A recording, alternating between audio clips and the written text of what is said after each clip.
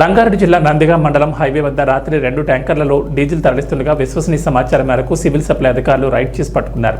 ఇదే విషయమై ఉదయం విస్తృత తనిఖీలు చేయగా నందిగాం బైపాస్ వద్ద ఒక గోదాంలో అక్రమంగా అనుమతులు లేకుండా గుజరాత్ నుంచి క్రూడ్ ఆయిల్ తీసుకొచ్చి ఇక్కడ పనికిరాని ఆయిల్స్, డీజిల్స్ కలిపి బయోడీజిల్ తయారు చేసి అక్రమంగా వివిధ బంకులకు దగ్గరలోని పెద్ద పరిశ్రమకు తరలిస్తున్నారని అధికారులు గుర్తించారు. అలాగే జేస్ ఇండియన్ ఆయిల్ పెట్రోల్ పంపును తనిఖీ చేశారు. గోదాంను సీజ్ చేశారు. ట్యాంకర్లను పోలీసులు స్టేషన్కి తరలించారు. అనంతరం డిస్ట్రిక్ట్ సివిల్ సప్లై అధికారి మనోహర్ కుమార్ రాథోడ్, డిప్యూటీ తహసీల్దార్ సివిల్ సప్లై వెంకటప్రసాద్ మీడియాకు వివరాలు వెల్లడించారు.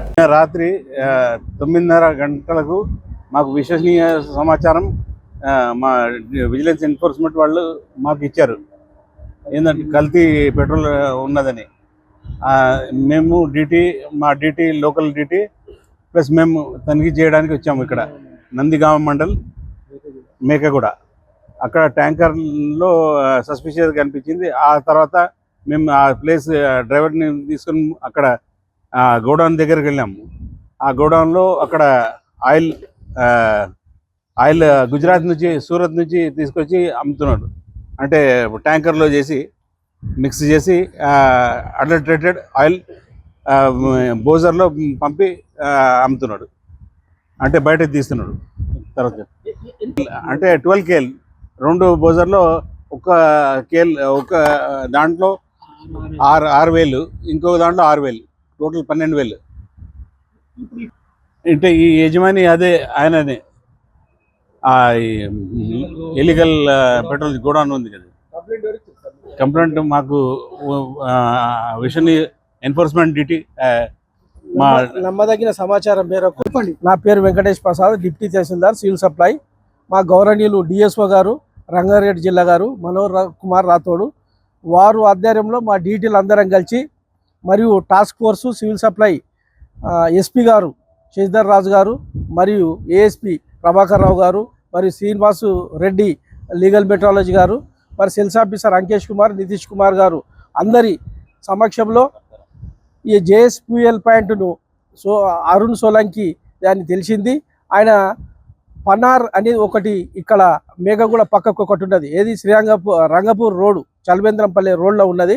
ఆయన దానికి పోతే అపెక్స్ బయో ఫ్యూయల్ పాయింట్ అక్కడ మొత్తం కల్తీ పెట్రోల్ జరుగుతుందని మాకు నమ్మదగిన సమాచారం మేరకు పోయి ఆ గేటు బయట అందరం పోయి మాట వేసినాము. అటు నుంచి ఒక వెహికల్ వచ్చింది, TS 079899 అనే వెహికల్ వచ్చింది. దాన్ని అనుమానాస్పదంగా అడ్డగించి ఆ వెహికల్ పట్టుకొని ఎక్కడ పోతున్నామని అందరం పోలీసు వాళ్ళ సమక్షంలో అడిగితే అది మేము సార్ ఈడ పోతున్నాము పలాంతాన డీల్ వేస్తున్నామంటే దాన్ని మేము చెకింగ్ చేస్తే అది చెల్రపల్లి IOCLది అని నిర్ధారణ అయింది. కానీ అది చక్కగా ఎక్కడ ఇవ్వాలి, గవర్నమెంట్ది ఎక్కడైతుందో అక్కడ ఇవ్వాలి. ఇలీగల్గా ఎక్కడైతుందో ఆయన క్రూడ్ ఆయిల్ చేస్తున్నాడు. ఎక్కడికి వెళ్ళి గుజరాత్కి వెళ్ళి TGJ12 BV 7082 అనే వెహికల్ను చెక్ చేస్తే అందులో 29 KL ఉన్నది. 29 KL ఉండి ఆ క్రూడ్ ఆయిల్ను తీసుకొని ఖరాబ్ అయింది, ఏది పెట్రోల్ డీజిల్ కాగా మిగిలిందని తీసుకొని వచ్చి ఈ ఫర్నిష్ ఆయిల్ ఈ డీజిల్తో గవర్నమెంట్ IOCL ఏదైతే చెల్రపల్లి ఉందో దీన్ని మిక్స్ చేసి 20% డీజిల్ ప్లస్ ఇదంతా చేసి మిక్స్ చేస్తున్నాడని చూస్తే అది వాస్తవం అని తేలింది. అప్పుడే డిఎస్ఓ గారు ఇమ్మీడియట్లీ సీజ్ చేయమంటే 12 KL అంటే 12,000 లీటర్స్ డీజిల్ని జప్తు చేసి నందిగామ పోలీస్ స్టేషన్లో అక్కడ ప్రసాద్ SHO గారికి హ్యాండ్ ఓవర్ చేయనాలి. అయితే అరుణ్ సోలింక్ గారిది అక్కడ చేసింది ఆయనదే ఇది అని తెలిసింది కాబట్టి ఈ JSPL కూడా దానికి అందులో భాగంగానే చెక్ చేసినాం. దీన్ని లీగల్ మెట్రాలజీ శ్రీనివాసరెడ్డి గారు చెక్ చేసినారు.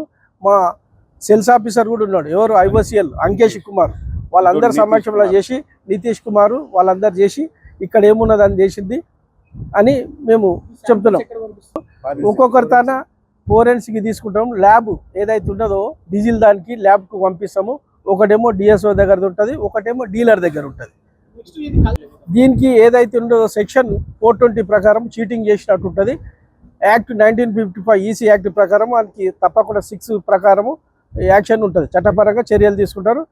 దీన్ని అంతటికీ తప్పకుండా DSO గారు తన యాజ్ పర్ లా